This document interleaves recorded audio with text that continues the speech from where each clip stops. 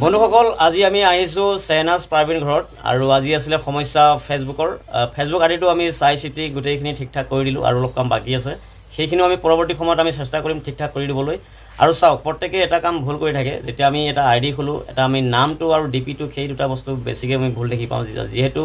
ফেচবুকে আমাক সদায় আমাক মানে চাবলৈ বিচাৰে আমাৰ আইডিটোত আমাৰ নামটো অৰিজিনেল বেংক পাছবুক আধাৰ কাৰ্ড এইখিনি আমাৰ ঠিক ঠাক থাকিব লাগে আৰু ডিপিটো যাতে আমাৰ বেংকত যেনেকৈ আমি পাছবুক বনাবৰ সময়ত যেনেকৈ আমি ফটো দিওঁ বা ভোটাৰ আইডি পান কাৰ্ডত যেনেকুৱা ফটো দিওঁ তেনেকুৱা দিব লাগে তো ভাল লাগিল কিবা এটা ক'ব আমাৰ চেহনাজ পাৰবিনে আজি লগ পাই কেনেকুৱা পালে মোক কোৱা হয় দাদাজনক লগ পাই বহুত ভাল লাগিল আৰু বহুত ধুনীয়াকৈ বুজাই দিছে বহুত ভাল লাগিল আপোনালোকৰ যদি বিচাৰে এনেকৈ মানে দাদাজনৰ পৰা কিবা শিকিবলৈ তো মাতিব পাৰে